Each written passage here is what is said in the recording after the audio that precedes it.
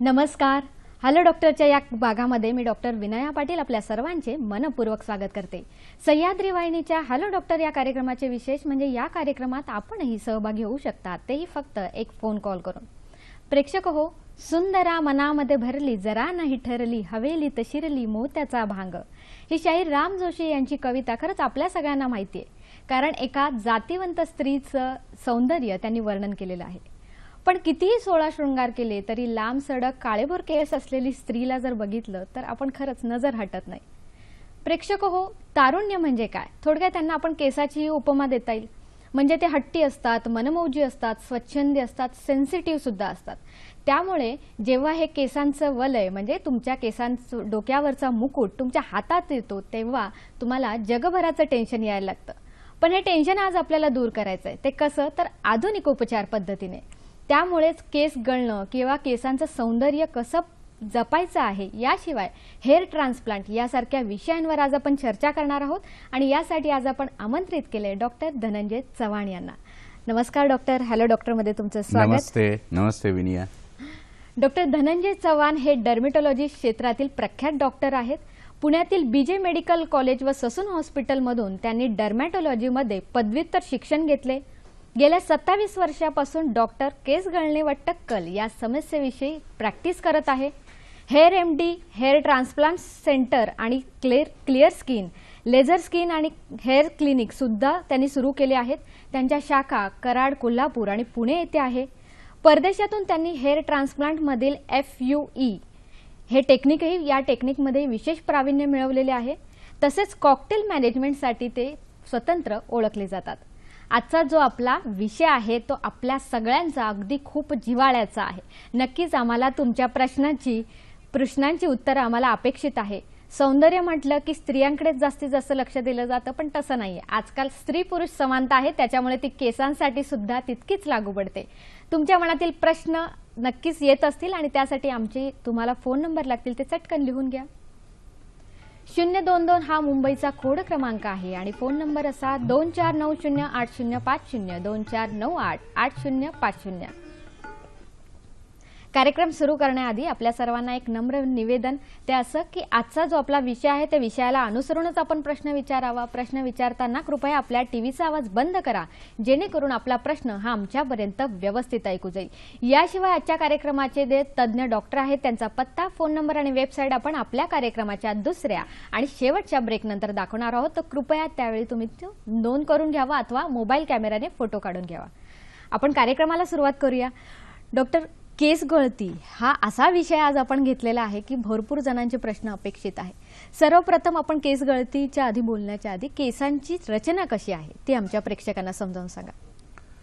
केस हा आपल्या त्वचेचाच एक अविभाज्य भाग आहे. त्वचा म्हणजे आपल्या शरीराचा सर्वात मोठा आणि सर्वांना बाहेरून दिसणारा अवयव. एका स्लाइडद्वारे बघूया. मी पहिली स्लाइड आपल्याला दाखवतो आणि त्या स्लाइडमध्ये जर बघितलं तर तुमच्या लक्षात येईल केसाचं जे मूळ आहे ते हे केसाचं मूळ फक्त जिवंत असते आणि केसाचा शरीराच्या बाहेर यानी स्किनच्या बाहेरचा जो भाग आहे तो डेड असतो. त्यामुळे आपण केस केव्हाही कापू शकतो किंवा त्याला वेगवेगळ्या प्रकारची वळण देऊ शकतो.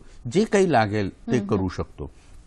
केस कातडीला एका मसल मार्फत किंवा एका मसल जो आहे त्याच्या मार्फत तो अटॅच असतो स्किनला. त्यामुळे जेव्हा केव्हा आपल्या शरीरावर थंडीमुळे किंवा इतर कुठल्याही गोष्टीमुळे काटा येतो तेव्हा केस असा उभा राहतो. म्हणजे ती प्रक्रिया सगळ्या शरीरभर तो केस कातडीशी अरेक्टर पायली नावाच्या मसलनी स्नायूंनी जोडलेला असतो. आणि केसाचं जे मूळ आहे त्या मुळामध्ये वेगवेगळ्या पेशी तयार होतात, त्या वर येतात आणि केसांची वाढ होत असते. ही वाढ कशी होते किंवा केस कित्येक वेळा आपण बघतो की रोज काहीतरी केस गळतायत किंवा काही. अशा वेळी जेव्हा तुमच्या लक्षात येतं की आपले केस गळतात तेव्हा असं वाटतं की आता हे नवीन येणार का. तर केस हा एका सायकलमध्ये असतो. ते कसं असतंय किंवा ते केसांच्या वाढीचं एक चक्र असतं. त्याबद्दल मी आपल्याला पुढची स्लाइड दाखवतो. त्या स्लाइडमध्ये तुमच्या लक्षात येईल की केसांची वाढ ही साधारणपणे 3 स्टेजमध्ये आपण डिव्हाइड केलेली आहे आणि ही 3 स्टेजमध्ये जी आपण केसांची वाढ डिव्हाइड करतो त्यामध्ये ॲनाजेन म्हणजे ग्रोईंग फेज असते, त्यामध्ये केस हा कंटिन्युअस वाढत असतो. आपला केस बाहेर आला स्किनच्या की तो परत असा वाढायला लागतो, कंटिन्युअस 2, 3, 4, 5, 6 वर्ष 7 वर्ष सुद्धा वाढू शकतो. ज्या लोकांचे केस फार लांबडे असतात त्यांच्यामध्ये केसांच्या वाढीचं हे चक्र जास्त दिवस चालतं. म्हणजे इन्स्टेड ऑफ 6 वर्ष ते 7, 8, 9 वर्ष सुद्धा वाढतं. म्हणून काही स्त्रियांचे काही पुरुषांचे केस अगदी लांब होऊ शकतात आणि ते लांब होतात त्याला कारण म्हणजे वाढीचं चक्र. ते फक्त काहीच लोकांना भाग्य असतं की त्यांचे केस फार दिवस वाढतात. नंतर काय होतं 2-4 वर्ष केस वाढला की नंतर मग एक ट्रान्झिशन फेज येते, त्याची वाढीची प्रक्रिया थांबते आणि मग केस हा रेस्टिंग फेजमध्ये जातो.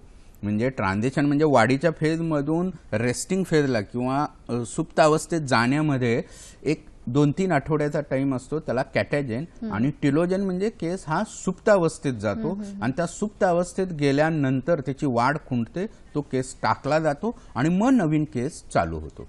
ह्या सगळ्या प्रकाराला केस वाढीचं चक्र ॲनाजेन, कॅटॅजेन अँड टिलोजन असं म्हणतात. त्यामुळे आपले रोज किती 25-50 केस गळले तर दुसरे उरलेले 25-50 केस हे खालून नवीन तयार होतात, ते येतात आणि ते वाढायला लागतात. म्हणजे काही केस हे 2 वर्षाच्या स्टेजमध्ये असतील, काही 3 वर्षाच्या, काही 5 वर्षाच्या, काही रेस्टिंगमध्ये, काही नवीन वाढ होते.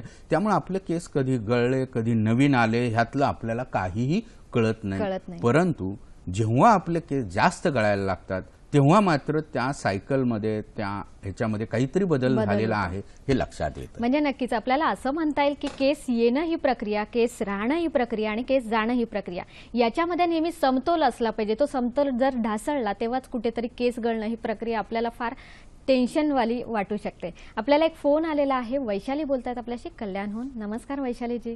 हॅलो. Hello doctor. माझी केस 3-4 महिने झाले गळतात आहे खूप. 3-4 महिने झाले केस गळतात आहे, त्यासाठी उपाय काय? आता केस हे जे आहेत हे केस कुठल्या कारणामुळे गळतात, कशामुळे गळतात, नैसर्गिक आहे का शरीरामध्ये कुठल्या प्रकारची कमतरता आहे किंवा इतर कुठल्या, ह्या गोष्टी आपल्याला बघितल्या पाहिजेत. म्हणजे केस अगदी त्यांनी छान प्रश्न विचारलाय. आम्ही अगदी तोच विचारणार होते की केस गळतीचे कारण ही आपल्याला फार कमी माहिती असतात सर. मी आता पुढच्या स्लाइडद्वारे आपल्याला दाखवू शकतो की कॉमन कारणं काय आहेत किंवा जे सामान्यपणे जी आपण बघतो ती कारणं कोणकोणती असू शकतात. सगळ्यात महत्त्वाचं आणि सर्वात जास्त प्रमाणात केस गळण्याचं कारण हे अनुवंशिक आणि हॉर्मोनल असतं की ज्याच्यामध्ये केस गळती ही सिव्हिअर होते किंवा जास्ती प्रमाणात होते आणि ते केस युजली मग परत येणं सहसा शक्य नसतं. परंतु इतर जे काही कारणं आहेत की ज्या कारणामध्ये आपण शरीरामध्ये कुठल्या तरी न्यूट्रिशनची कमतरता, ताणतणाव किंवा वेगवेगळ्या प्रकारचे जे आपल्या केसांवर स्ट्रेस होतात किंवा बाहेर आपण खाण्यामध्ये जर आपल्या जर व्यवस्थित नसेल तर व्हिटॅमिनची डिफिशियन्सी होते, न्यूट्रिशनल डिफिशियन्सी होते, त्याच्यामुळं केस जाऊ शकतात. तुम्ही कुठल्याही आजाराने किंवा कुठलाही मोठा आजार जर झालेला असेल तर त्याच्यानंतर 2-3 महिन्यानंतर केस हे गळतात. त्याला टिलोजन इफल्वियम आपण म्हणतो. एखादं मोठं ऑपरेशन झालं किंवा एखादी आपण जर बघितलं की कावीळ झाली, टायफॉइड झालं किंवा कुठलाही मोठा आजार झाला की त्या मोठ्या आजारानंतर 2-3 महिन्यानंतर केस गळती ही होऊ लागते. आणि ही केस गळती त्या आजारामुळे जे वाढीचं चक्र असतं ते बदलतं, केसाच्या वाढीचं चक्र, आणि केस डायरेक्ट टिलोजन फेजमध्ये म्हणजे रेस्टिंग फेजमध्ये जातात. आणि रेस्टिंग फेज ही आपण मगाशी बघितली तसं 2-3 महिने असते. त्यामुळं जो कुठला आजार होईल, जे कुठली एखादा ट्रॉमा होईल त्याच्यानंतर 2-3 महिन्यानंतर हे केस गळती जास्त वाढू शकते. म्हणजे आता मॅडमचा फोन आला, त्या मॅडमच्या फोन प्रमाणे त्यांच्यात कुठलं कारण आहे, काही न्यूट्रिशनल डिफिशियन्सी त्या आजारी होत्या का, अनुवंशिकता आहे का, त्वचेचे काही त्यांच्या स्काल्पमध्ये काही आजार आहेत का, किंवा इतर कुठलीही औषधं त्या घेत आहेत का, किंवा काही ॲटो इम्युन डिसीज असतात शरीरामध्येच केसाच्या मुळांच्या विरुद्ध प्रतिजैविक तयार होतात आणि ती प्रतिजैविक केस हा आपल्या शरीराचा भागच नाही आणि तो टाकून द्या, म्हणजे ज्याला आपण ॲलोपेशिया एरिएटा म्हणतो, अशामुळे सुद्धा होतात.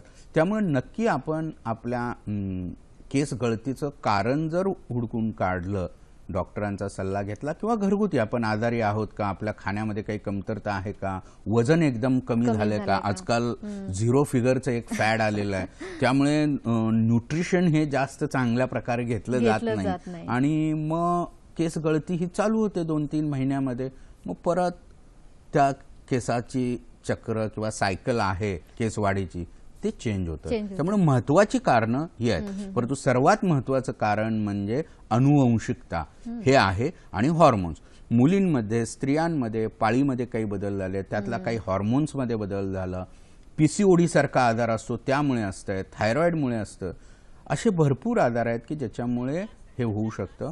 मग जेव्हा केस गळती ही प्रमाणापेक्षा जास्त असते त्यावेळी मग डॉक्टरांच्या सल्ल्यानुसार काही रक्ताच्या तपासण्या, काही इतर तपासण्या किंवा केसांची जी ट्रायकोस्कोपी वगैरे आपण म्हणतो त्या प्रकारे तपासणी करून डॉक्टरांच्या सल्ल्याने मग आपल्याला ते कारण हुडकता येतं. नक्कीच.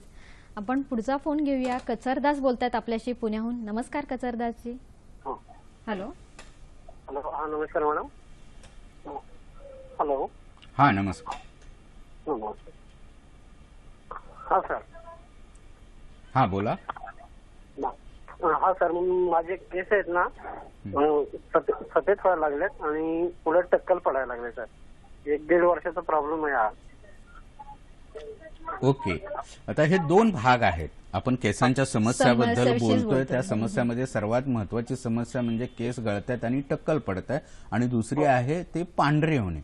वयोमानानुसार केस माणसाचे पांढरे होऊ शकतात, परंतु आजकाल स्ट्रेसमुळे किंवा वेगवेगळ्या प्रकारच्या डिफिशियन्सीमुळे यंग एजमध्ये सुद्धा केस पांढरे व्हायला लागलेले आहेत. अगदी 10 वर्षाची मुलगा मुलगी, 15 वर्षाची, 20 वर्षाच्या मुला मुलीमध्ये सुद्धा केस हे पांढरे होऊ शकतात आणि ते पांढरे झाले की लगेच टेन्शन यायला लागतं, कारण शेवटी केस एवढ्या अकाली पांढरे झाले की लोकांना आपण म्हातारं व्हायला लागलोय का असं वाटायला लागतं. त्यामुळं व्हिटॅमिनची कमतरता, स्ट्रेस हे महत्वाचं कारण आहे केस पांढरे व्हायला किंवा अनुवंशिकता सुद्धा.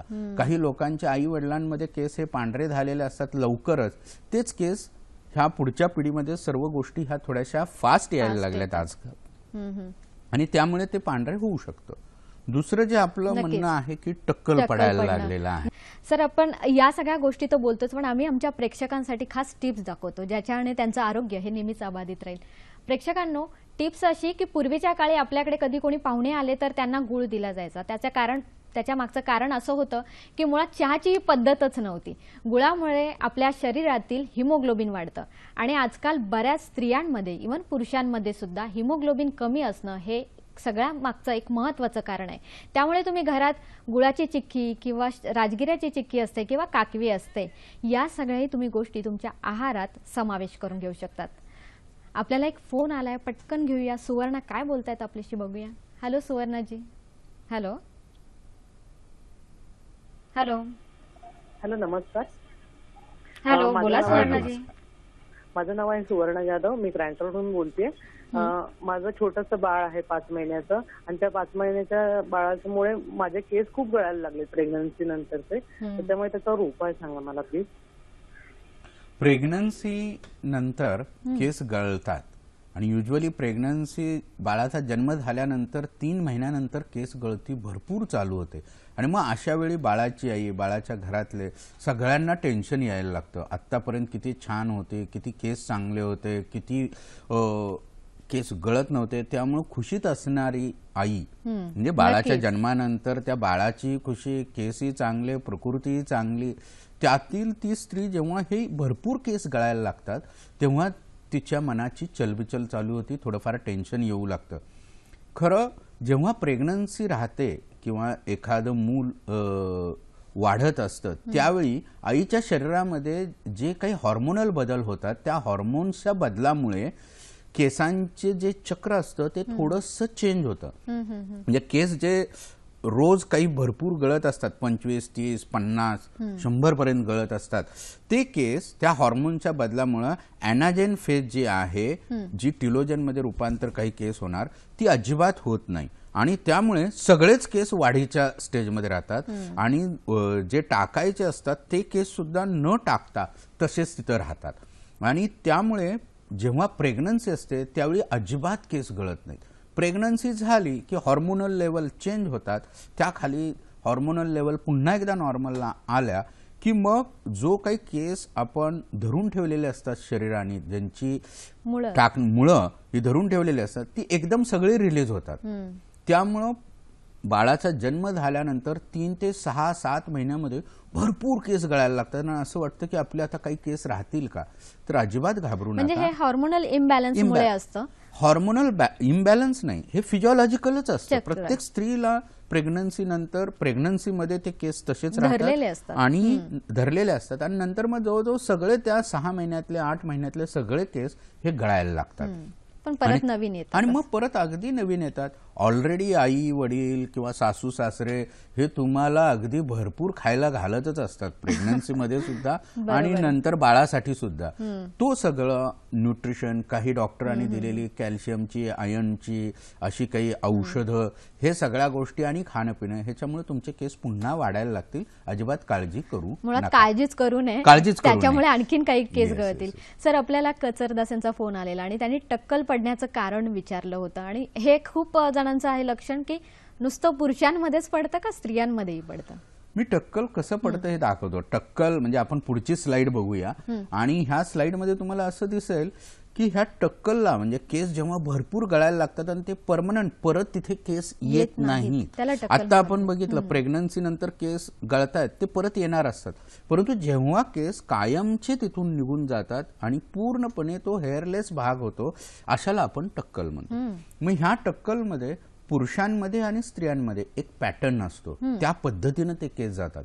पुरुषांमध्ये एक तर पहिला पुढचा भाग, म्हणजे इथे जर बघितलं तर आपण पहिला पुढच्या भागातून तरी केस जातात किंवा मागचा जो भाग असतो तिथून तरी जातात किंवा मधल्या भागातून. ह्याला एक टिपिकल मेल पॅटर्न बाल्डनेस म्हणतात. त्याचे जवळजवळ 7 प्रकार आहेत, परंतु आपण सायन्सचे जरी 7 प्रकार असले तरी आपल्या ले पर्सनच्या ह्यानी बघायला गेलं तर अगदी जस्ट टक्कलची सुरुवात, सौम्य टक्कल आपण म्हणू, मध्यम टक्कल आणि पूर्णपणे हे टाळूवरचे किंवा सर, हे 7 प्रकार काय आहेत हे नक्कीच आपण बघूया. आपल्याला एक फोन आलाय, तुमच्या परवानगी मी तो घेते. अभिजित बोलतायत आपल्याशी कोल्हापूरहून. नमस्कार अभिजितजी. साहेब नमस्कार, मी अभिजित पटेल बोलतोय. माझं टक्कल गेले 2 वर्ष पडलंय. बरीच आयुर्वेदिक औषधं वगैरे वापरली पण काय फरक जाणवला नाही. त्या संदर्भात विचारायचं होतं, काय आधुनिक पद्धती आहेत आपल्या? हा, आता आपण अभिजित सर, आपण हे बघणार आहोत की टक्कल का आणि कसं पडतंय आणि ते टक्कल परमनंट असतंय, म्हणजे तिथं पुन्हा केस येत नाहीत.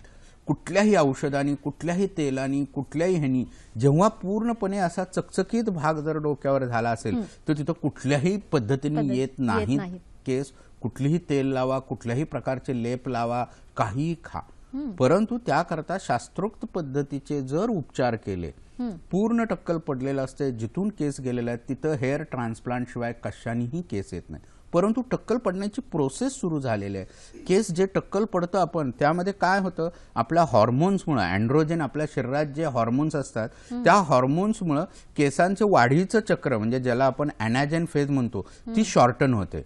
म्हणजे इन्स्टेड ऑफ 2 ते 6 वर्ष केस वाढण्याच्या ऐवजी केस हे अगदी 6 महिने 1 वर्षातच त्याचे वाढीचं चक्र संपतं, रेस्टिंग फेजमध्ये जातं. रेस्टिंग फेज 2 महिने 3 महिने 4 महिने राहायच्या ऐवजी 6-6 महिने वर्षभर राहते.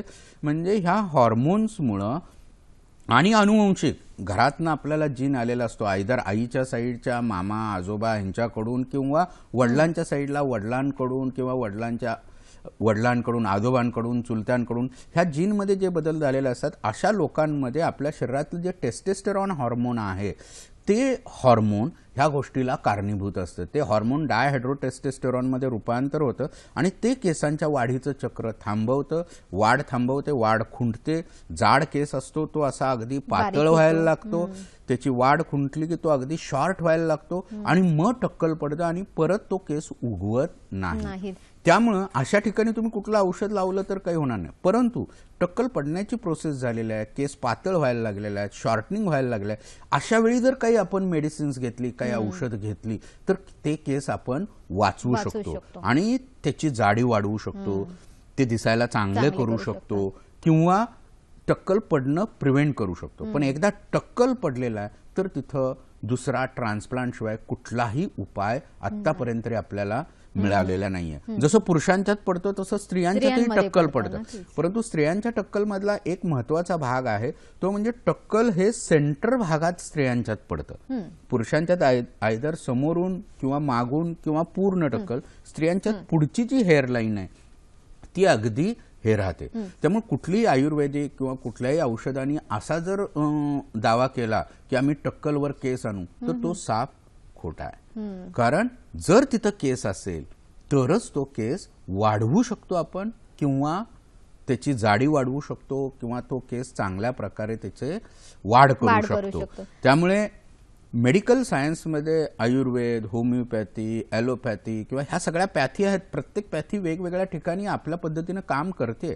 परंतु ॲलोपॅथी एवढी प्रगत झालेली आहे की त्यातल्या प्रत्येक गोष्टीला सायंटिफिक रिझन आहे आणि ते प्रूव्ड आहे. आयुर्वेदिक, होमिओपॅथी ह्या सगळ्या ठिकाणी ह्या गोष्टी अजून झाकून ठेवल्या जात आहेत. ह्या गोष्टी सर्वांना ओपन होत नाहीत. त्याच्याबद्दल फार संशोधन व्हायला पाहिजे. ते न होता ते क्रूड स्वरूपात वापरलं जातं. परंतु ॲलोपॅथीमध्ये ह्याच्याकरता वर्षानुवर्ष रिसर्च करून तो डॉक्युमेंट करून त्याचे इफेक्ट, साईड इफेक्ट लोकांवर बघून मग ते बाजारात आणलं जातं. थोडक्यात ही जनजागृती आपण करतो सर. बहुतेक वेळा काय होतं, आपण गिनीपिग सारखे प्रत्येक उपाय आपल्यावर करत असतो पण जोपर्यंत वेळ गेलेली असते आपल्या हातातून आणि आपण काहीच उपचार करू शकत नाही. डॉक्टर, आपण एक फोन घेऊया. आपल्याशी वैष्णवी बोलू इच्छित आहेत. नमस्कार वैष्णवीजी. हॅलो. हॅलो, बोला. केसाला फूट येणे ही प्रक्रिया कशी आहे? केसाला फूट म्हणजे एका केसाला 2 केस येतात. बरं, चालेल, धन्यवाद. काय सांगा? हा, केस फूट म्हणजे आता मला दोन तोंडी येणं. हा, 2 तोंडी, जे केस स्प्लिट एंड्स आपण ज्याला म्हणतो. केसांची शेवट एंड जिथे असतो तिथं केस असे दुभांगले जातात. हे दुभांगण्याचं प्रमाण म्हणजे केस हा प्रोटीन्स पासून तयार होतो. प्रोटीनची जर कमतरता निर्माण झाली शरीरामध्ये, म्हणजे प्रथिनांची कमतरता, डाळीचं प्रमाण कमी पडलं, मोड आलेले पदार्थ कमी पडले किंवा आपण ज्याला नॉनव्हेज खाणाऱ्यांमध्ये चिकन, मटन, अंडी, हे सगळे फिश, हे सगळे प्रोटीन्सचे महत्वाचे सोर्सेस आहेत. ह्या सोर्सेसमध्ये जर कमी पडलं प्रोटीन, जर त्या माणसामध्ये किंवा न्यूट्रिशन कमी पडलं तर ते केसांची एंड ही दुभांगली जातात. किंवा केसांवर हे जे बाहेर काही पोल्युशन किंवा इतर सगळे उन्हाला सतत केस असणं तर तीही केसांची केस दुभांगले जातात किंवा तुटले जातात. त्यामुळे आहारात बदल केला तर केस दुभंगणं आणि हे वाचू शकेल. त्याचबरोबर केसाला जर तुम्ही नेहमी कंडिशनर किंवा आपला घरगुती असणारं कंडिशन म्हणजे रुटीन खोबरेल तेल, ते जरी केसांना जर चांगल्या प्रकारे केलं तर त्याची निगा चांगली राखली तर केस दुभांगण्याचं प्रमाण कमी होईल. नक्कीच. शेवटी सर आपण असं म्हणू शकतो की हे जे आहे कंडिशनर सारखं काम करतं आणि ते आपल्या सेबॅशियस ग्लँड मधून नॅचरली येत असतं आणि तेव्हाच ते केसांच्या मुळापर्यंत जातं आणि केस दुतोंडी होणं किंवा स्प्लिट होणं हे आपण थांबवू शकतो. सर, स्त्रियांमधील टक्कलचं कारण सांगितलं तुम्ही, पण बहुतेक वेळा आजकाल कसं असतं की थोडं टेन्शन जरी आलं ना किंवा थोडे केस जरी कमी झाले तरी लगेच म्हणतात की अरे टेन्शन कसलं आहे का तुला. तर ताणतणाव आणि केस गळती याचा काय संबंध आहे? ताणतणाव आपल्या शरीरामध्ये निर्माण झाल्यानंतर, कुठलाही स्ट्रेस आल्यानंतर आपल्या शरीरामध्ये हॉर्मोन्समध्ये बदल होतात. हॉर्मोन्समध्ये बदल झाले की ते आपल्या शरीरातल्या प्रत्येक सिस्टीमवर हे काम करतं आणि ताणतणावामुळे सुद्धा केसांची जी सायकल आहे ती सायकल पूर्णपणे डिस्टर्ब होते. अनायजन फेज कमी होते, टिलोजनमध्ये किंवा रेस्टिंग फेजमध्ये केस जातो, पडतो आणि पुन्हा यायला सुरुवात होतो. परंतु तो जो मधला काळ आहे त्यामध्ये भरपूर केस गळले आणि तेवढे केस जर आले नाहीत तर कित्येक वेळा हे ताणतणाव सुद्धा टक्कल लवकर पडण्याचं कारण हे होऊ शकतो. आणि हे जर बघितलं आपण तर पुढच्या स्लाइडमध्ये मी आपल्याला दाखवेन की हे जे आपण आता म्हटला की केस गळती होते कुणाला टक्कल पडलाय, कुणाला फक्त केस गळतंय, कुणाची प्रेग्नन्सी नंतर आहे, मग ह्याच्याकरता आपल्याला काही काय करता येईल का? नक्कीच ते काय करता येईल आम्हाला पूर्ण डिटेलमध्ये ऐकायचं. सर, एक फोन आलेला आहे, आपण तो घेऊया. अक्षय बोलतायत आपल्याशी नाशिकहून. नमस्कार अक्षयजी, बोला. हॅलो. हो मॅम. हा बोला. तर सर माझ्या सिस्टरला आहे ना डोक्याला असे लव सारखे केस आहेत सर. हम्म. बोला, आपला प्रश्न कंटिन्यू विचारा. हो मॅम, तर ते शरीराला जशी लव असते ना त्या टाइप मध्ये केस आहेत सर, आणि त्यांची वाढ पण होत नाही. हा, कित्येक वेळा हे अशा प्रकारे ॲलोपेशिया एरिएटामध्ये पूर्णपणे केस जातात. पूर्वी त्यांना केस असायला हवेत आणि असलेले केस जाऊन शरीरामध्ये ऑटो इम्युन डिसीजेस असतात, त्यामुळे एखाद्या वेळी ते टक्कल पडल्यासारखं होतं, पॅची हेअर लॉस होतो आणि मग तिथे नवीन येणारे केस विलस असू शकतात. तर हे अशा प्रकारचे लवीच्या रूपात जर केस असतील तर त्याला आपल्याला त्यांची पूर्णपणे वैद्यकीय तपासणी केली पाहिजे. डॉक्टरांच्याकडे तुम्ही एखाद्या चांगल्या डर्मॅटॉलॉजिस्टकडे जा, तो पूर्णपणे तपासणी करेल आणि नक्की आपल्याला उपाय सांगेल. तिथं केस आहेत, विलस जरी असले किंवा अगदी लवीच्या रूपात असले तरी केस आणि केसांची मुळं आहेत, मग नक्की तिथं आपण चांगले केस आणू शकतो. सायन्समध्ये भरपूर आधुनिक उपाय सुरू उपचार आहे, झालेले ते आहेत. आपण बघणारच आहोत सर. Yes. सर, पण त्याच्या आधी एक प्रश्न असा येतो की यांच्या प्रश्नाला जोडूनच केस बारीक होणं हे एक टक्कल पडण्याचं एक आपण लक्षण समजू शकतो. Yes. पण त्याच्या आधीच म्हणजे असं आपण ओळखू शकतो का की बाबा आता ट्रीटमेंट करायला पाहिजे? कसं ओळखावं केस कमी होत आहेत ते? म्हणजे केसांना काही हात लावून जसं आपल्याला कळतं की केसांच्या कानाच्या मागे केस जास्त आहेत पण डोक्यावर हात ठेवला तर कमी होतात ते. आपले पहिल्यापासून जे केस भरपूर असतात त्यातले जेव्हा केस गळायला लागतात, रोज साधारणपणे 25-50 अगदी एक्स्ट्रीम केसेसमध्ये 100 जरी केस गळले तरी तेवढे केस शरीर पुन्हा रिप्रोडक्शन घाबरू नये तेव्हा उगाच. हा, तेव्हा काही घाबरायचं कारण नाही. केस जरा थोडे गळायला लागले की लगेच कुठलं औषध आण, तेल लाव, काय हे कर, भरपूर उपाय कर, ह्याची काही गरज नाहीये. 25-50-100 पर्यंतचे केस आपण शरीर आपोआप तयार करत असतं. त्याला न्यूट्रिशन जरी हेल्दी घेतलं तरी सफिशियंट होतं, केसांची निगा राखली तरी सफिशियंट होतं. परंतु जेव्हा भरपूर केस जायला लागतात घरी, अगदी कित्येक म्हणजे आता स्त्रिया किंवा मुली येतात तेव्हा त्यांची एकच कंप्लेन असते, घरातली कामवाली बाई म्हणते किती घरभर मॅडम तुमचे केस पसरायला लागलेत, कितीतरी. मग त्यावेळी जाणवतं की घरात सगळीकडे पसरत आहे म्हणजे नक्की केस जास्त गळतात. आणि जोपर्यंत आपले केस 50% पेक्षा जास्त गळत नाहीत तोपर्यंत आपल्या लक्षात येत नाही की आपले केस कमी झाले. म्हणजे ऑलरेडी जेव्हा 50% पेक्षा केस जास्त गळतात त्याच्यानंतरच लक्षात येतं की आपल्याला आता केस गळतीचा फार त्रास आहे, टक्कल पडण्याची सुरुवात झाली किंवा काही झाले. त्यामुळे जेव्हा केस गळती चालू होते आणि आपण आंघोळ केल्यानंतर किंवा डोक्यावर पाणी घेतल्यानंतर आतला जर स्काल्प दिसायला लागला किंवा समोरून बघितल्यानंतर आरशामध्ये खालची जर स्किन दिसायला लागली तर समजायचं की आपले केस हे भरपूर गेलेत. एक साधं सांगतो, केस किती असतात? आपल्या डोक्यावर साधारणपणे 1,00,000 केस असतात. त्या 1,00,000 केसापैकी 50,000 केस जाईपर्यंत टक्कल पडले असं वाटतच नाही. बरोबर. त्यामुळे 50,000 केस गेल्यानंतरच माणसाला जाणीव होते की बाबा तिथं टक्कल पडायला लागलंय, केस दाट होते ते अगदी कमी दाट झालेले आहेत, थिंड आउट झालेले आहेत, पातळ झालेले आहेत किंवा त्याचा साईज कमी झालेला आहे. आणि मग त्यावेळी मात्र नक्की तुम्हाला वेगवेगळ्या डॉक्टर सांगतील त्या तपासण्या करून आणि ट्रीटमेंट, म्हणजे 2 गोष्टी आहेत. आत्ताच आपण एक छोटीशी अशी माहिती माझ्या लक्षात आली ती अशी की आपण उन्हाळा सुरू झालेला आहे आणि आपण स्किनसाठी काय करतो तर त्यावेळेला काळवंडलं जातं आणि म्हणून आपण वेगवेगळे घरगुती उपाय करतो. पण सनस्क्रीन लोशन जे कोणी वापरतात त्यांच्यासाठी एक छोटीशी टिप्स की उन्हात जाण्याआधी 15 ते 20 मिनिट आधी जर तुम्ही सनस्क्रीन लोशन लावलं तर तुमची स्किन जळणं किंवा काळवणणं ही प्रक्रिया थांबू शकते. डॉक्टर, आम्ही अशा आमच्या टिप्स या नेहमीच प्रेक्षकांना देत असतो, पण आजचा आपला जो कार्यक्रम आहे आणि त्यात सगळ्यांना आमची इच्छा, सगळ्यांची इच्छा ही आहे की हे टक्कल किंवा केस गळती आहे हे थांबवलं कसं जातं, ते उपचार सांगा. आता केस 2 भाग आहेत. केस गळती सुरू झालेली आहे, टक्कल पडायला सुरुवात झालेली आहे, त्याच्यासाठी काय करता येईल, किंवा पूर्ण टक्कल पडलं तर काय करता येईल. पूर्ण टक्कल पडलं तर ट्रान्सप्लांट शिवाय दुसरा कुठलाही पर्याय नाही परमनंट.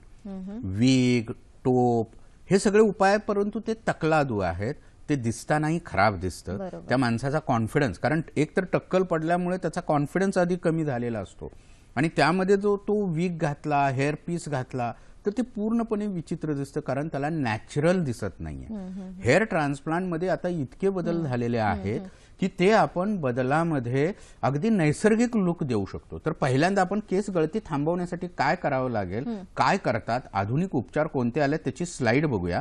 मी ही पुढची स्लाइड आपल्याला दाखवतो. वैद्यकीय शास्त्रामध्ये ॲलोपॅथीमध्ये काही महत्वाची 2 औषधं आहेत. त्यामध्ये फिनास्ट्राइड, मिनॉक्सिडिल हे औषध आणि काही प्रकारच्या आता नवीन प्रोसिजर केल्या जातात. Platelet rich plasma, low level laser light therapy.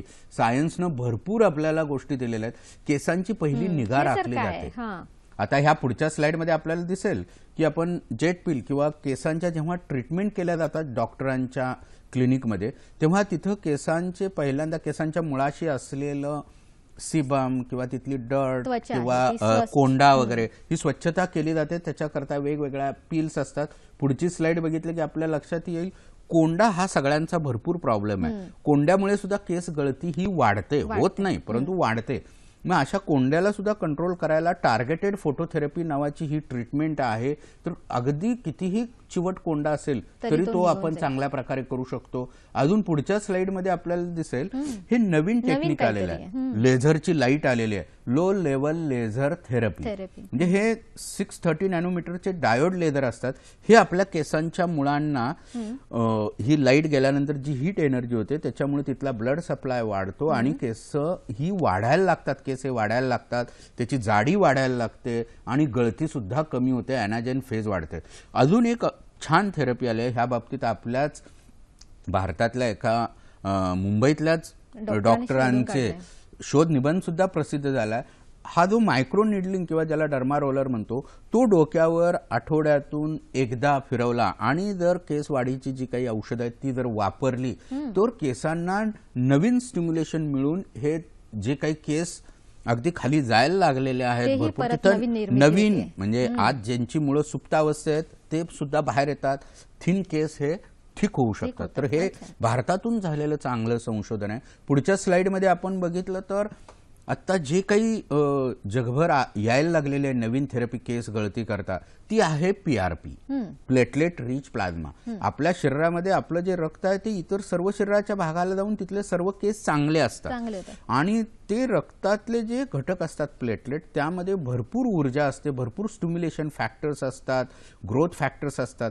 ते ग्रोथ फॅक्टर्स आपण बाजूला काढून स्टिम्युलेट करून ते पुन्हा स्काल्पमध्ये दिले की त्यापासून केसांची वाढ ही अगदी चांगली चालू होते. ही एक नवीन थेरपी आलेली आहे. परंतु काही ठराविक डॉक्टरांच्याकडेच डर्मॅटॉलॉजिस्टकडेच ही तुम्हाला मिळू शकते. ऐऱ्या गैऱ्याकडे करू नका, त्यातून कित्येक वेळा भरपूर कॉम्प्लिकेशन होण्याची शक्यता असते.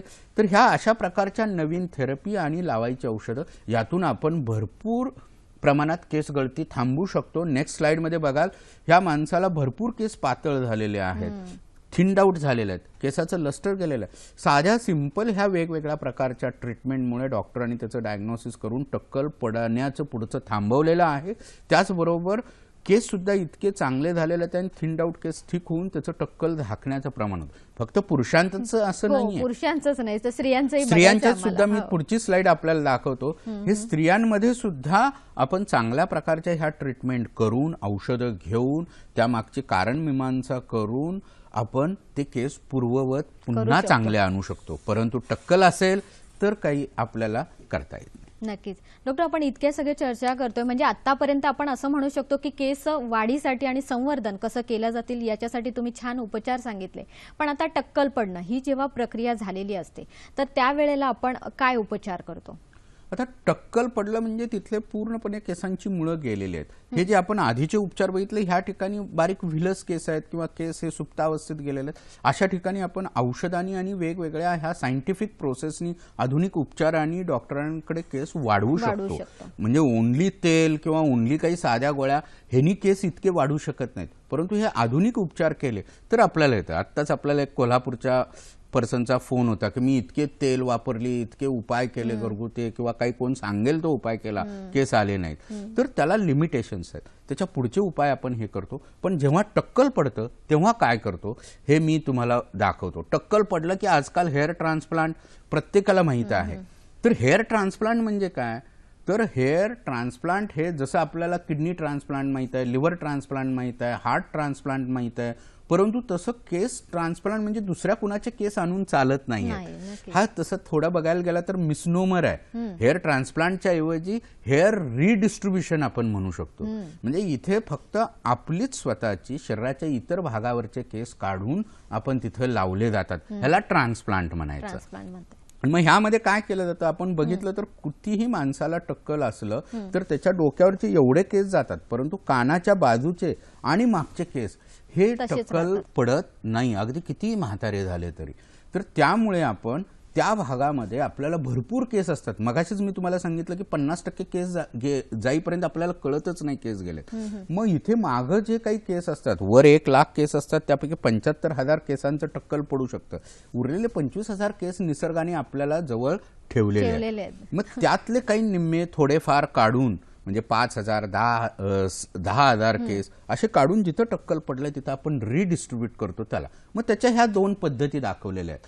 म्हणजे पूर्वीची जी स्ट्रिप मेथड होती ती मागची स्किन काढायची आणि टाके घालायचे, त्यातले केस बाजूला काढायचे, परंतु ती आता कमी झाली कारण त्याचे भरपूर जाड स्कार होणं, पेशंटला दुखणं हे साईड इफेक्ट आहे. परंतु गेल्या 4-5 वर्षामध्ये जगात इतका बदल झाला केस हेअर ट्रान्सप्लांटमध्ये आणि आता चांगल्या प्रकारे प्रशिक्षण घेतलेले डॉक्टर्स हे केस मागचे छोट्या केसांची जी युनिट असतात म्हणजे फॉलिक्युलर युनिट, ते एक युनिट बाहेर घेऊन परत पुन्हा एकदा आपण तिथे केस हे करू शकतो, लावू शकतो. ह्या 2 पद्धती झाल्या. परंतु इंडियामध्ये असं आहे की कुठलंही रेग्युलेशन नाहीये. हेअर ट्रान्सप्लांट होतंय म्हटलं की कित्येक टेक्निशियन लोकांनी, कित्येक अनक्वालिफाईड पर्सननी सुद्धा हेअर ट्रान्सप्लांट करायला सुरुवात केली. आणि ती सुरुवात केल्यानंतर म्हणजे हे जरी रिडिस्ट्रीब्युशन असलं तर ही सुरुवात केल्यानंतर रिझल्ट आता पुढच्या स्लाइडमध्ये बघितलं तर रिझल्ट काही चांगले येईनात. तुमचे 2,000 4,000 5,000 ग्राफ्ट टाकले तर ते केस वाढत नाही.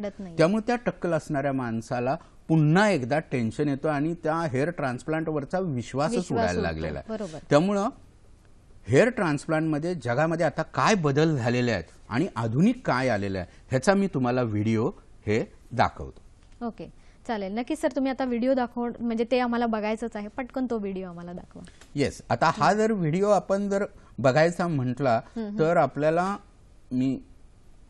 डॉक्टर आपल्याला काय सांगतायत, कारण हेअर ट्रान्सप्लांट ही जी प्रक्रिया असते बऱ्याच वेळेला ती योग्य डॉक्टरांकडून करणं गरजेचं असतं. एकदा केल्यानंतर परत ती करता येते का याच्या मागे बऱ्याच वेळेला दुःख असतं, कारण ती परत होत नाही. कारण आपल्या शरीराचे केस घेतले जातात पण ते कुठले घ्यायचे असतात हेही आपल्याला डॉक्टर सांगतात. आता ह्या ठिकाणी आपण बघितलं तर पहिल्यांदा केस हे बारीक केले जातात आणि आपल्या जे डोक्याचा सर्वात मागचा भाग आहे की जे केस हे परमनंट असतात, ह्या परमनंट भागातून केस काढले जातात. तुम्हाला कुठल्या प्रकारची हेअरलाईन सूट होईल, कशा प्रकारे होईल ती हेअरलाईन दिली जाते की जेणेकरून नैसर्गिक दिसावं, मगाशी दाखवलं तसं हे दिसू नये. मग असे हे बाहेरच्या देशातून आणलेली काही इन्स्ट्रुमेंट असतात, ही फार डेलिकेट असतात. अगदी हे German made Carl Zeiss loupe वगैरे, आणि मग तुमचे कुठल्या भागातले किती केस काढायचे हे बघून त्या प्रकारे आपण अगदी लोकल अॅनेस्थेशिया खाली अजिबात दुखत नाही. म्हणजे हे जसे डायबिटीसची लोक घेतात तशी घेतात. आणि इथं जर बघितलं तर आपण पहिल्यांदा होल मारतोय, म्हणजे झाड जसं आपण दुसरीकडचं रोप आणतो आणि तिथं लावतो तसं आपण हे लावत असतो. हे असे मागचे केस काढले जातात, अगदी अलगदपणे बाहेर काढले जातात, ते युनिटमध्ये काढले जातात. त्याला एक वेगळ्या प्रकारचा अमेरिकन मेड चिलर असतो, प्रत्येक केस हा तपासला जातो. ह्या सगळ्या गोष्टी केल्या तर चांगले रिझल्ट येतात.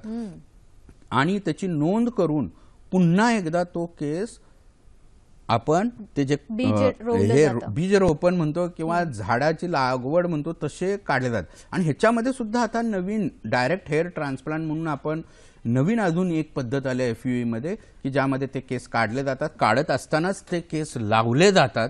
त्यामुळे त्याची उगवण क्षमता चांगली होते. म्हणून मगाशी दाखवला तसा एकदम हेअर ट्रान्सप्लांट केला तरी तो त्या प्रकारे कमी केस न वाढता जवळजवळ लावलेल्यापैकी 90% पुढचे केस आपण आणू शकतो.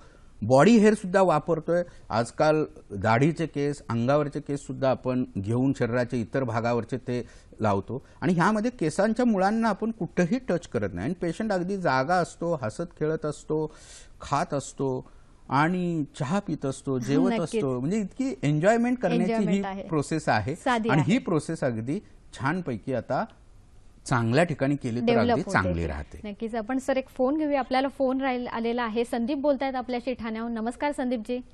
Hello hello. हा, आपला प्रश्न विचारा. हॅलो, बोला. सर संदीप पाटील बोलतोय ठाण्याहून. माझा एक प्रश्न होता आपल्या हेअर ट्रान्सप्लांट बद्दल विचारायचं. हेअर ट्रान्सप्लांट ही परमनंट सोल्युशन आहे का हे टेम्पररी सोल्युशन आहे, आणि साधारणपणे किती खर्च येतो या हेअर ट्रान्सप्लांटसाठी? दोन गोष्टी महत्वाच्या सर, आहेत. सर, हेअर आपण ट्रान्सप्लांट त्यांना- परमनंट आहे का आणि सगळ्या गोष्टी.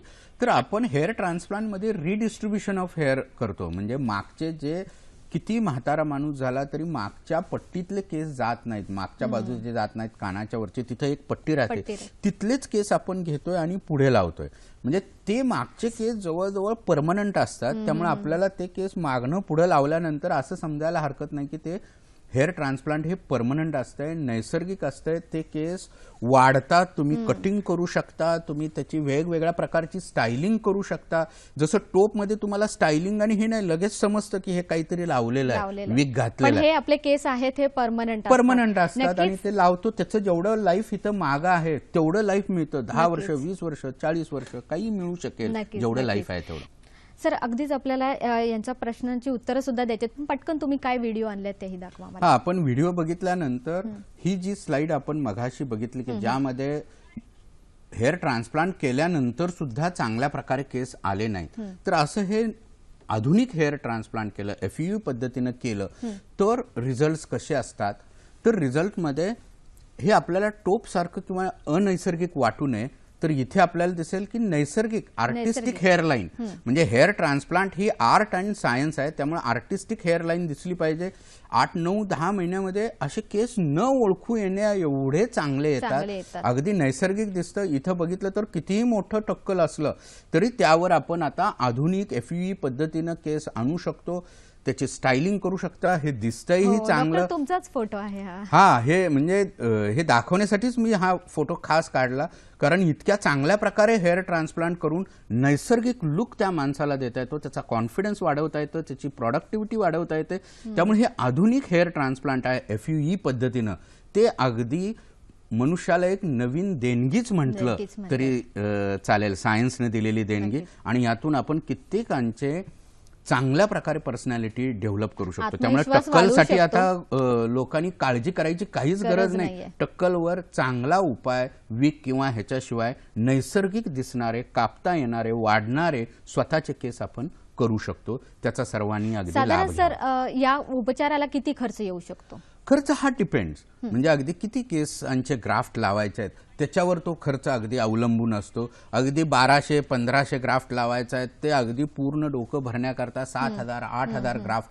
तर त्या पद्धतीने अगदी कमी किमतीपासून ते पूर्ण डोकं किती भरायचे आहेत, तुमच्याकडे किती केस आहेत, दाढीमध्ये किती केस आहेत, मागे किती केस आहेत, ह्याच्यावर तो उपचाराचा खर्च वगैरे राहतो. आणि आता आधुनिक पद्धतीमध्ये तो सर्वसामान्यांच्या आवाक्यात आलेला आहे. ट्रान्सप्लांट म्हणलं की जास्त वाटायचं, परंतु सर्वसामान्यांच्या आवाक्यात.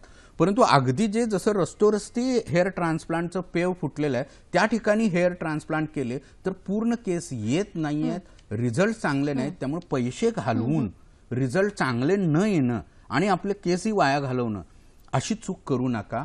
चांगल्या ठिकाणीच ते जर केलं तर तुम्हाला चांगले रिझल्ट नैसर्गिक चांगले मिळतील. त्यामुळे थोडे पैसे कमी किंवा थोडे जास्त गेले तरी सुद्धा हे परमनंट प्रोसेस आहे, पुन्हा पुन्हा करता येण्यासारखी नाहीये. त्यामुळे माझी सर्वांना एकच विनंती आहे, क्वालिटी बघा. इंडियात जसं ओनली चीप चीप चीप असं नाही बघून उपयोग. जसं चायनीज गोष्टी आल्या आपल्याकडे आणि त्या बाजारातून निघूनही गेल्या. म्हणजे नक्कीच डॉक्टर, तुम्ही असं सांगतात की एखाद्या स्किलफुल डॉक्टरांच्या हातातून या सगळ्या उपचार होण्याची गरज आहे. डॉक्टर, आपण थोडक्यात ह्याही गोष्टी लक्षात घेतोय, पण आहार हे खूप महत्वाचा मुद्दा आहे केसांच्या बाबतीत. तर आहाराविषयी काय सांगाल? आहारामध्ये केसांची जी वाढ असते, केसांची वाढ, त्याकरता प्रथिनांचं सर्वात महत्वाचं रोल आहे. आणि मायक्रोन्यूट्रिएंट्स किंवा व्हिटॅमिन्सची सुद्धा केसांसाठी आणि केसांच्या वाढीसाठी गरज असते, आयर्नची गरज असते. त्यामुळे वेगवेगळ्या प्रकारचे जे आपलं बॅलन्स डाएट आहे, आपलं जे महाराष्ट्रीयन डाएट आहे, ते अगदी त्याच्यामध्ये अगदी सगळ्या गोष्टी इन्व्हॉल्व असतात. तर ते खाणं गरजेचं आहे. शाकाहारी लोकांनी डाळींचे पदार्थ, मोड आलेले पदार्थ हे खाणं गरजेचं आहे केसांच्या चांगल्या वाढीसाठी. आयर्नसाठी प्रत्येक जण गुळ, चिक्की मगाशी आपण म्हणला तसं खाऊ शकतात. नॉनव्हेज वाल्या लोकांनी फिश, चिकन, मटन ह्या प्रकारच्या ह्याच्यातून, अंडी ह्यातून तुम्हाला चांगल्या प्रकारचे प्रोटीन्स मिळतात आणि केसांची वाढ ही चांगली होऊ म्हणजे केस जर गळत असतील तर पहिल्यांदा आहारामध्ये बदल करावा आणि नंतर मग उपचारांकडे जावं. म्हणजे आपण फार घाई करतो की लगेच उपचारांकडे जातो, तर आधी आहार बदलला पाहिजे. सर, या व्यतिरिक्त कुठली केसांसाठी कुठली पथ्य किंवा काळजी घेतली पाहिजे? केसांची काळजी म्हणजे केस हा शरीराचा बाहेर दिसणारा भाग आहे, त्याची स्वच्छता आणि टापटीप महत्वाची आहे.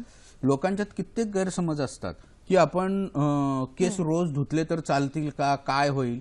तर अगदी तुम्ही शॅम्पू वापरू शकता. शॅम्पू म्हणजे केस एखादी धुण्याची गोष्ट. जसा चेहरा धुवायला आपल्याला साबण असतो तसे केस धुवायला शॅम्पू असतो. त्यामुळे शॅम्पू नेहमी वापरा. केसांची निगा हे करा. दिवसातून 2 वेळा जरी केस चांगल्या प्रकारे विंचरले तरी चालतील.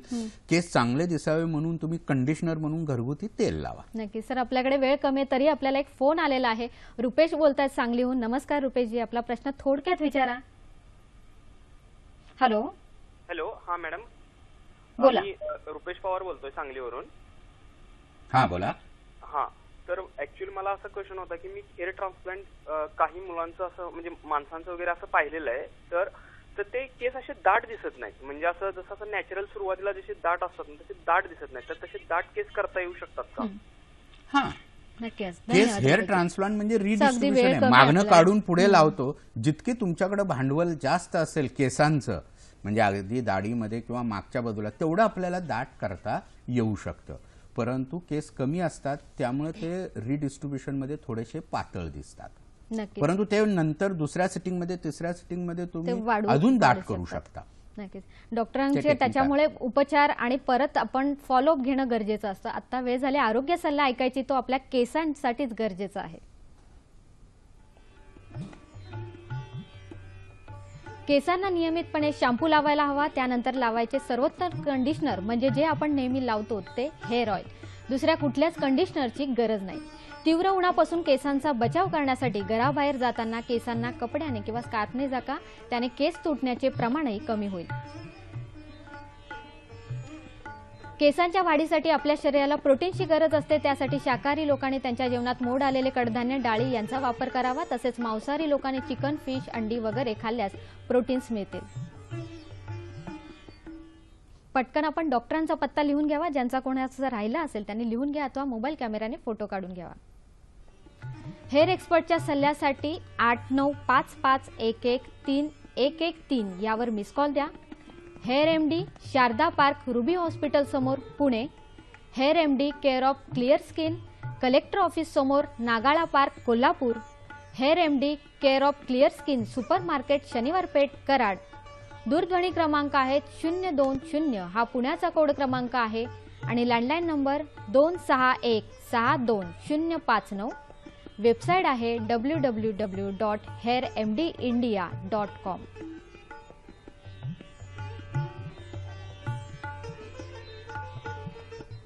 आमचा कार्यक्रम कसा वाटतो हेही आम्हाला जाणून घ्यायचे. याशिवाय जे डॉक्टर आमच्या कार्यक्रमात येण्यास उत्सुक आहेत त्यांच्यासाठी हा पत्ता.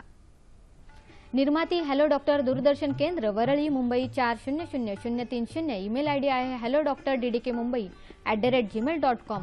फेसबुक आहे facebook.com/ddsahyadri.in, youtube.com/user/ddsahyadri. इथेही तुम्ही आमचे कार्यक्रम बघू शकता. सर, काय सांगाल? रुपेश यांच्या फोनला आपण उत्तर दिलेलंच होतं. अगदी वेळ सर कमी आहे आणि माझ्या मनात असे पटकन प्रश्न येतात. सर, केस किती वेळा विंचरावेत? केस दिवसातून 2 वेळा विंचरले तरी मोर दॅन सफिशियंट आहे. गुंता जास्त होत असेल, बाहेर जास्त फिरणं असेल तर तुम्ही जास्त वेळा विंचरू शकता. गरजेचं आहे. सर, शॅम्पू ही गोष्ट आहे आणि शॅम्पू विषयी काय सांगाल? किती वेळा करावं? शॅम्पू रोज केला तरी चालतो. आठवड्यातून एकदाच केला पाहिजे, 2दाच केला पाहिजे असं नाही. शॅम्पू हे वॉश करण्याचं एक साधन आहे. त्यामुळे कितीही वेळा करा. चांगल्या प्रकारे स्किनच्या पीएचशी जुळणारा शॅम्पू वापरा आणि त्याच्यानंतर कंडिशनर वापरा. ओके. सर, हेअर कलर जे आहेत ते केले जातात, इतक्या वेळा केले जातात, त्याच्यामध्ये गॅप किती असावा आणि कुठले योग्य हे थोडक्यात? पांढरे केस जर नको असतील तर हेअर कलर करायला पाहिजे. हेअर कलर करायचा म्हटला तर तो पहिल्यांदा टेस्ट करून घ्या. जो हेअर कलर सूट होतोय तो मग कितीही वेळा करा, महिन्यातून एकदा करा, दोनदा करा, थोडंसं पांढरं दिसायला लागलं तरी सुद्धा करा, किती वेळा करू शकता, प्रोव्हाइडेड तो तुम्हाला सूट होतो, त्याची ॲलर्जी येत नाही. आणि आता न ॲलर्जी येणारे सुद्धा हेअर कलर आलेले आहेत. नक्कीच. डॉक्टरांनी इतके छान आपल्याला सल्ले दिलेले आहेत आणि हे सल्ले आपल्यासाठी गरजेचे आहे. जाण्याआधी एक असं आठवतंय, ये जुल्फ अगर बिखर जाए तो अच्छा है, ये इल्जाम किसी और पे लग जाए तो अच्छा है. ह्या खरंच शेरोशायरीतून असं आहे की खरंच आपले केस हे नेहमीच लांब सडक आणि सुरळ राहिले पाहिजेत. पण जर त्याच्यामध्ये काही जर त्रास आला तर डॉक्टर आहेच तुमच्या मदतीला. त्या डॉक्टरांच्या मदतीने आपण आपले केस नेहमीच लांब सडक काळेभोर करू शकतात. शिवाय टक्कल हे तुमच्या आत्मविश्वास घटण्याचं कारण होणार नाही, कारण आधुनिक प्रगती जशी होते तशी उपचारामध्ये होते. त्यामुळे तुमचा आत्मविश्वासही द्विगुणित होईल आणि तुम्ही नेहमीच तरुण राहाल. डॉक्टर, तुम्ही आमच्यासाठी आलात आणि खूप महत्त्वाचा आमच्या मनातला अगदी हळूवारपणे हा प्रश्न उलगडला. त्यासाठी आमच्या संपूर्ण दूरदर्शन टीमतर्फे आणि सह्याद्री वाहिनीतर्फे मी आपले आभार मानते. धन्यवाद.